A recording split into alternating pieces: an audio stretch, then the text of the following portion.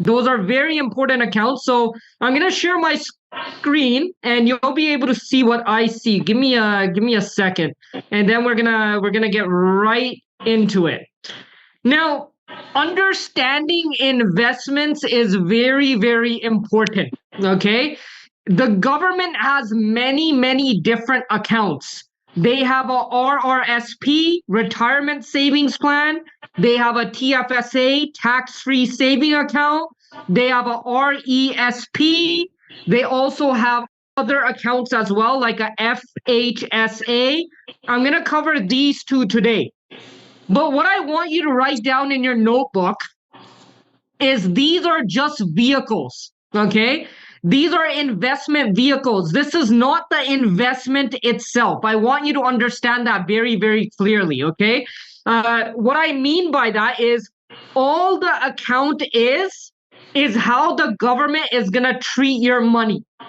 Okay, how are they going to tax you or not tax you? That's all the difference between a RRSP, the difference between a TFSA. That's all it is. There's no other difference between these accounts. Okay, so I want you to write that down in your notebook. All of these accounts are how the government will treat your money inside of these accounts. Okay, the next thing that I want you to write down and understand as well, one second, let me just get rid of this, is right over here. Now, you can have all of these accounts. You can have a TFSA, you can have a RRSP, you can have all of these accounts. What makes your money grow is what's inside of the TFSA, what's inside of the RRSP. Okay, so that's called the actual investment. If you ask a lot of people out there, do you have investments? They'll say, yeah, I have a TFSA. But that's not an investment. It's just an account. What's inside of the investment? That's very important. So inside of these investments, you can hold inside of these accounts, you can hold many different investments. You can hold GICs, and these will give you a return of maybe 1 or 2%. Okay. You can hold things like bonds, and maybe this will give you 3% or whatever it might be, 3 to 4%. You can hold stocks, okay? And maybe this will give you 4 to 6%. Depends, right? Or you can hold mutual funds, and this can give you a rate of return of 10 to maybe 12%. Some of my clients over the last year have received a return of about 40%. 40% rate of return, meaning if they had $100,000 invested, they would today have $140,000 just because of where their money was sitting. Okay, so that's very important to differentiate vehicle versus investment. Okay, and the reason you want to sit down with an advisor, especially somebody who invited you to this call or whatever it might be, is when you walk into the bank, let's say you're putting in $10,000 at 3% for 35 years. You walk into the bank, they give you a 3% rate of return. At the end of 35 years, you're going to have about $28,000 in your RRSP, in your TFSA, whatever it might be. But let's say you go through an advisor, and the advisor gives you a better rate of return, a better advice, okay? And they say, you know what, at 10,000, we can do a 10% rate of return. We have many funds over the last 20 years that have performed over a 10% rate of return. In 35 years, that same money for the same amount of time is going to equal $281,000.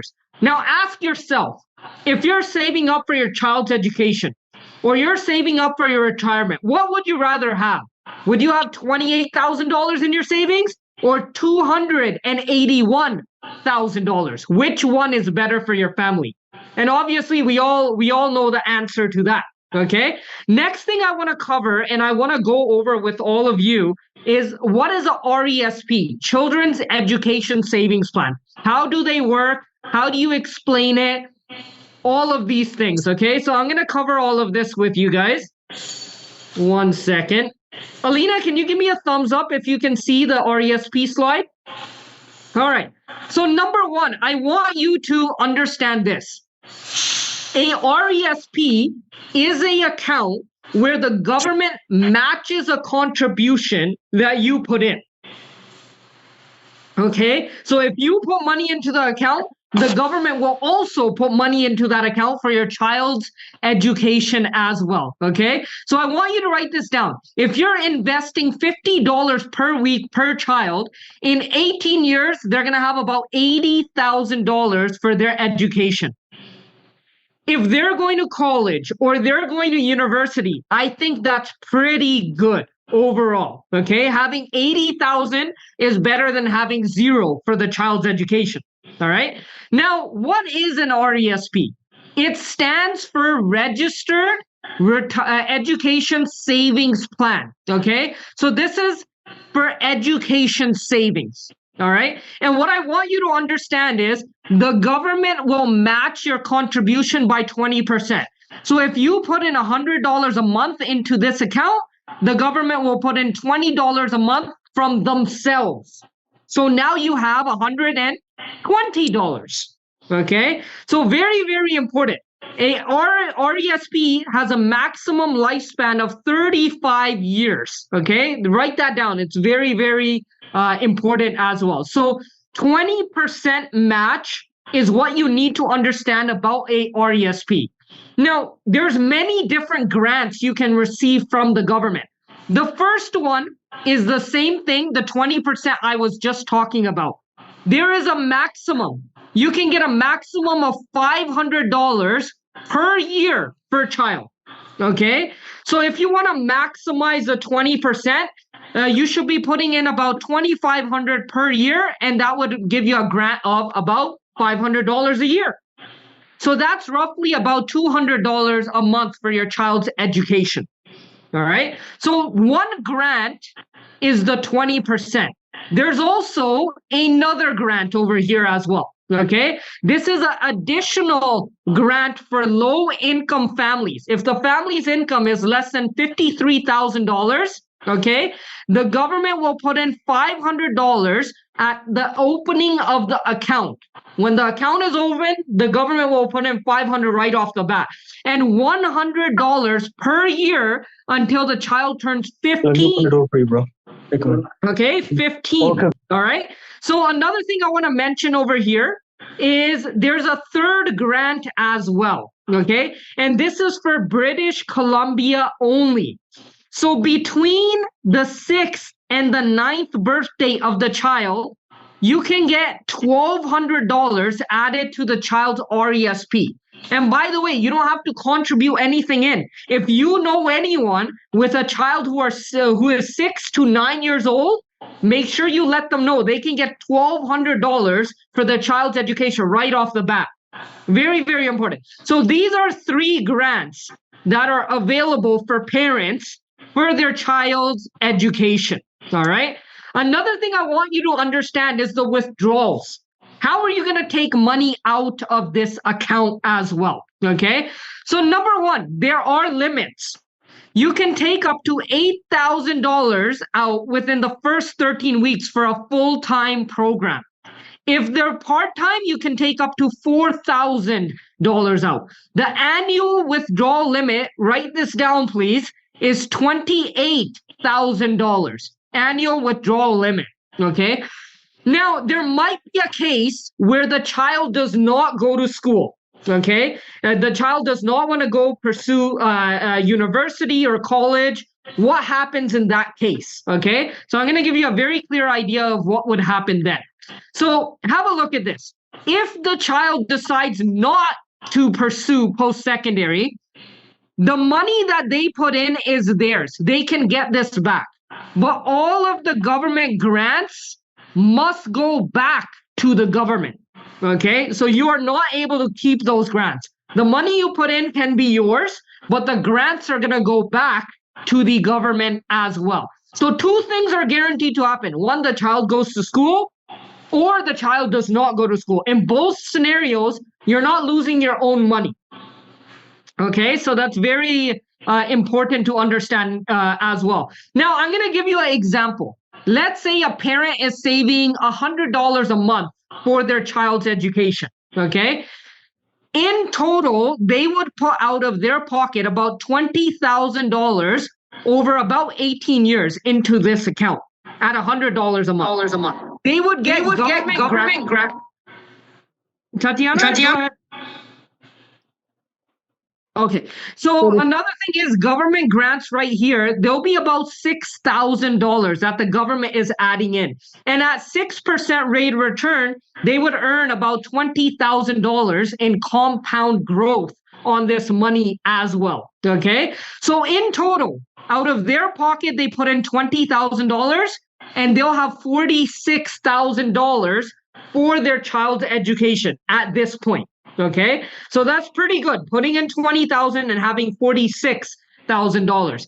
Now, some parents might want to maximize their contributions and maximize their grants from the government as well. Okay, so I'm going to show you what happens in that scenario as well.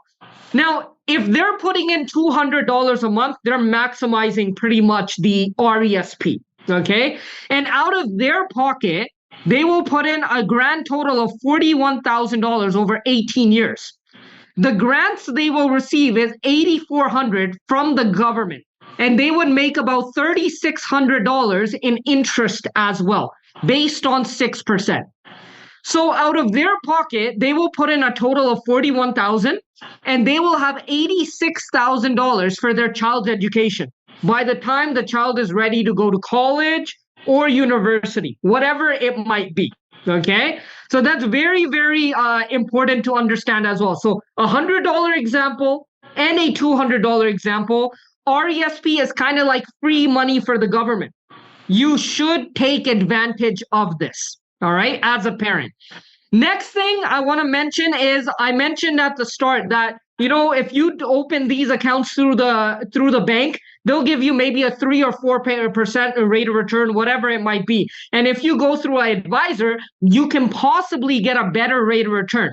Here are some accounts that have a better rate of return. And what I want you to focus on is year 10. In year 10, this has returned an average of 10% every single year, net fees. Okay, and this account over 10 years has returned 17.9%, almost 18% rate of return on your money. Okay, so how many banks offer a rate of return like this? Most of them, they don't. All right, another thing we're going to talk about today is called the FHSA. So First Home Savings Account.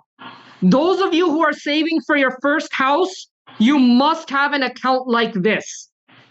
Okay, it allows you to save up to $40,000 for your first home. By the way, if you're a spouse or you have a husband and wife, you can both save $40,000 and $40,000. So you can save a down payment of about $80,000 into this account.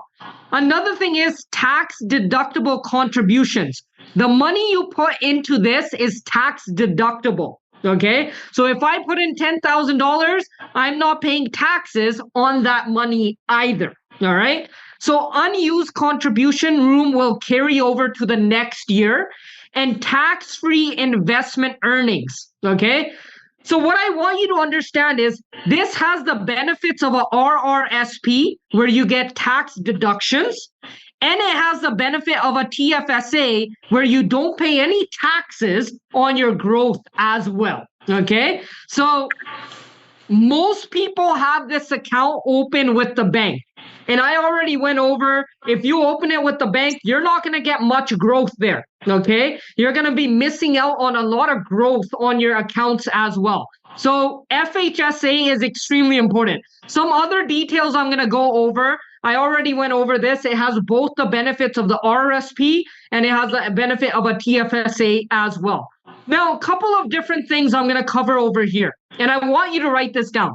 Eligibility is very, very important, okay? You must be a Canadian resident, okay, and 18 years or older, and you have not purchased your first home, okay? Very, very important.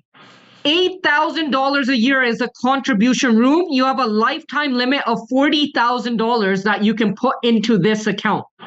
All right. And if you haven't put in room for last year or whatever it might be, your room does carry forward. So you can add in more than 8,000 even this year. Okay. Withdrawal limit. No limit for withdrawal as long as you're putting a down payment on your first home. That's very, very important. And you do not have to repay this money back. If you use $40,000 to put a down payment on a house, you do not have to pay this money back like you do in a RRSP. Okay, so a lot of different benefits over here as well. Now, there's many different accounts that you can open. There's TFSAs, there's RRSPs, there's FHSA. All I want you to understand, these accounts don't make your money grow, okay? What's inside of the account is what makes your money grow. Any bank, any institution can open these accounts, but you have to ask yourself the question, how much growth am I getting on my money? Is it working for me or is it working against me? That's very, very important to understand. Now, none of this matters. Your child's education, your first home savings account, all of these things are funded by your income. I want you to write that down. The most important thing in your life is your ability to earn income. Okay. And I want to mention there's three things that can happen to hurt your income. Number one is you can get a disability, right? If someone gets hurt at the gym or whatever, walking outside or fixing their home, putting on Christmas lights, you may not be covered by WCB. WCB will only cover you if you get hurt at work. Okay. So for that, there's something called disability insurance. The second thing I want you to write this down is critical illness protection. Okay. Now, critical illness protection is 25 illnesses. Okay. These are illnesses like cancer, stroke, heart attack. All of these are covered. Over 25 different illnesses are covered in this. Over the last week alone, I know 2 people that got strokes, and I know 1 person that got diagnosed with cancer. And this person I actually sat down with 6 months ago, and I told him, hey, you know what? You should have some critical illness. You have a little kid, you have rent to pay, you should have some protection for critical illness. And at that time, he's like, hey, I'll get it in the new year, whatever it might be. And you know what? He went into the doctor, he had a bump on his shoulder. They did a biopsy, it turned out to be cancer. And now he can't work for 1 year because he has to go through chemotherapy. 1 year, he's not allowed to go to work. Okay? Remember this, his income has stopped, his bills have not. What if there's a critical illness where if someone gets diagnosed, they can get $100,000 tax-free for their treatment or bills or whatever it might be. And if they don't ever get diagnosed with a critical illness, they get all of their money back. Most people, they already put money in a bank account. Why don't you just put it into this account? It'll cover you for critical illness, and if nothing happens, you get all your money back, right? So that's important as well. Before a TFSA, before a RESP, before a FHSA, protecting your income is the number one thing, okay? Another thing I want to talk about is life insurance as well. Most people do not know when they're going to go. And they have insurance on everything. They have car insurance, they have home insurance, they have a warranty on their phone. Who pays for the car? Who pays for the home? Who pays for the cell phone? Your income does. How many people have proper life insurance? You know, I've seen so many cases where somebody passes away and they have to do a GoFundMe just for a funeral. The family can't even afford to bury the loved one, right? And life insurance is not expensive. It's pretty cheap. I always say this, if life insurance was free, how much would you get? As much as you possibly could, right? So depending on your age and depending on how much you're getting, it's a lot cheaper earlier than it is later on. And by the way, most people, you have to apply for this coverage. If you're getting a critical illness protection or life insurance or disability, you have to apply for these things. The government, the insurance company doesn't just hand it to you. I've had clients that were declined because of their driving record. I've had clients that were declined because of their family history. Right? So a lot of these things, yes, there are important accounts. Your child's education is very, very important. Okay? Buying your first home is very, very important. But also protecting your income is very important as well. Okay? So I wanted to share all of this with you. I wanted to give you guys an idea. Today we covered RESP and we covered the FHSA. I know for some of you, if it was a little bit of a short notice, I sent the poster in our group today. Okay. Next time we will have the same session as well. Okay. And I want you guys to invite everyone, every parent. Everyone should know about these accounts. What are the grants they receive? What are the benefits they get from the government? Okay. And we go from there. So good night, everyone. I hope you guys learned something. I hope you got something. Those of you who are guests, reach out to whoever invited you. Okay. And talk to them and be like, hey, I don't have this account. Can you look into critical illness for me? Can you look at my numbers? Okay, and then go from there. So good night, everyone. I will see you guys all next week. We will do 7 p.m. Okay, so we're gonna push it back an hour. I know a lot of people were at work or getting home from work, so we'll push it back 1 hour and then go from there. Okay, so good night, everyone. I'll see you guys all.